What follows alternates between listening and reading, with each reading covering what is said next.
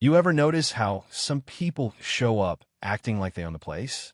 Yeah, that happened except this time, they rolled up in a blacked-out Suburban right into my driveway, acting like HOA gods. No warning, just three guys in fake uniforms, swinging badges like props from a costume shop, thinking a stitch patch and a poker face could get them anywhere. They walked up with that slow, heavy confidence tactical boots, mirrored shades, even tried the "we're authorized" routine. But let me back up a sec, they picked the wrong house and the wrong man. I'm John Roland. I used to command men who kick down doors for a living, not just mow lawns and grill burgers out back.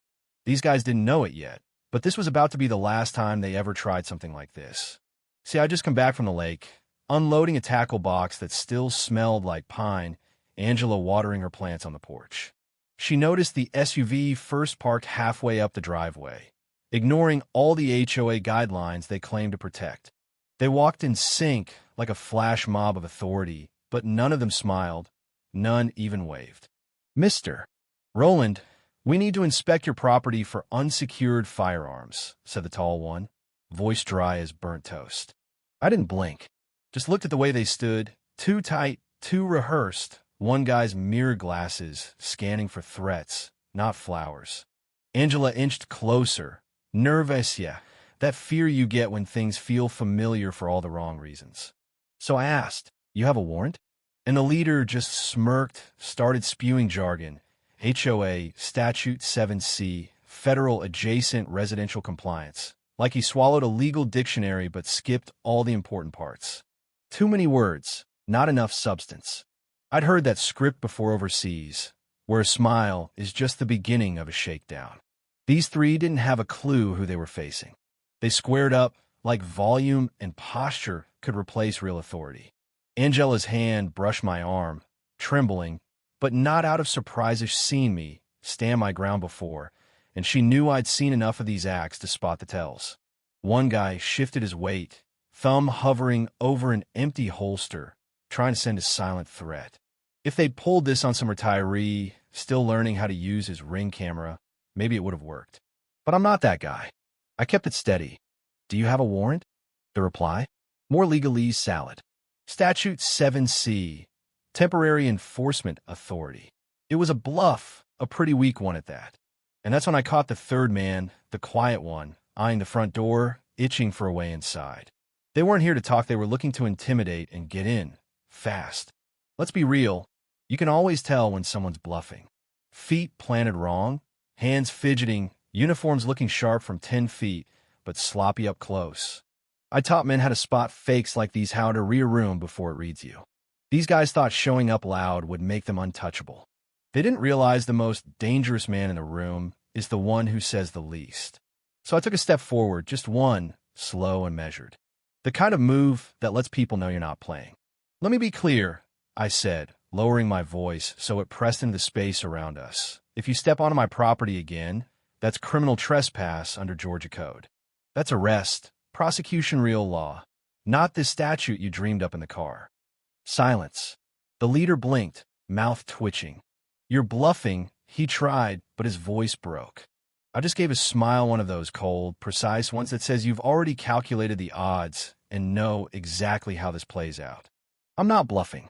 60 seconds.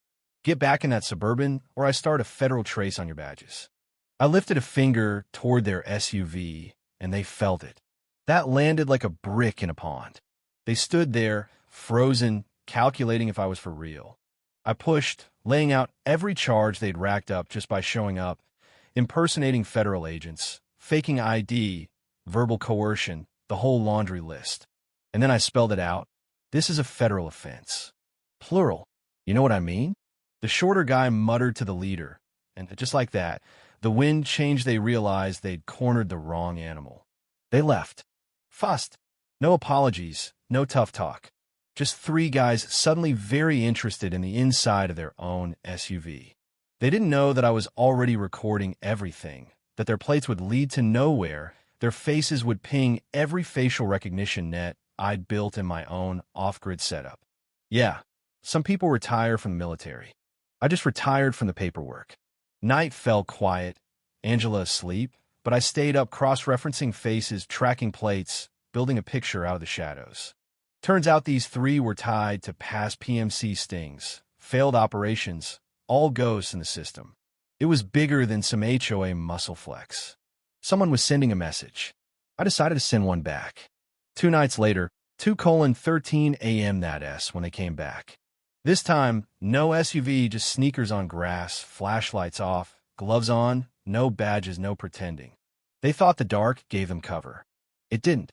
My backyard was wired like a perimeter, thermal cams, mics, motion strobes, and a drone sitting quiet in the shed, waiting for action. The second their boots crossed the line, the place lit up like daylight strobes, alarms, and my own voice piped through the hedges. 3 intruders detected. Homeland notified. 4-minute ETA. No need to shout when you control the air. One guy tried to run, tripped over a hose. Another fumbled for a stun device, but my drone launched, silent, eyes in the sky. I walked out, shotgun, slung low, never pointed, just their ass statement. They froze, hands up not out of respect, but because they finally understood they weren't running this show. By the time federal agents showed up, the sun was barely up. The 2 were zip-tied by my garden, heads down, waiting. The third made it to their SUV, tried the ignition, nothing. I'd already installed a relay kill switch after tracing their earlier move. No drama, no violence, just discipline and message. Agent Travers arrived, cool and measured, barely a word wasted. "You always this prepared?" she asked, half smiling. "Only when someone knocks like they own my house," I replied. That's all it took. She nodded, a quiet, mutual respect. No sirens, no chaos, just the assurance that the right people were back in control. After, the neighborhood shifted. Harold, the HOA president, showed up clutching a mug, one of those community gifts, looking more nervous than neighborly. He swore up and down that they'd never sent anyone, that their biggest problem was the guy who forgot to mow his yard. I took the hint, let the silence answer for me. No need for drama when the message is clear. News spread as it does. The local rag called it a neighborhood watch mix-up. Neighbors waved with a little more respect, a little more distance. Kids paused before running across my lawn, not scared, just aware. Angela noticed before anyone said. There was less tension in my shoulders now, less of that old surveillance in my eyes. I wasn't on edge anymore. I was just present. Weeks went by, routine settled. Porch, coffee, the occasional clean of an old rifle just for maintenance, not for need. One afternoon, Angela asked the question that had been sitting in her eyes for days. "Why didn't you just shoot them?" I set down the rifle, folded the cloth, and told her, because justice isn't about blood. It's about message. She nodded, smiling. She knew that answer before she asked. So that's how it ended. No shots, no blood, just a message that carried. Through the agents who quietly updated my status from civilian to consultant if needed, through the parents who now felt safer letting their kids play out front, through the porch that became my unofficial post, not because I wore a badge or a rank, but because I carried respect. Sometimes, in a world full of noise and show, it's the quietest man, sitting in the quietest chair, saying nothing at all, who sends the clearest message. So I'll sit here, coffee warm, gaze steady, and let the wind do the talking. If you know, you know. So now, let me ask you, what do you think? Was I right to let them walk away in cuffs instead of on stretchers? Does a show of restraint keep a community safer, or just leave the door open for bolder threats next time? Go on. Tell me, where's the line between justice, message, and self-defense in your book?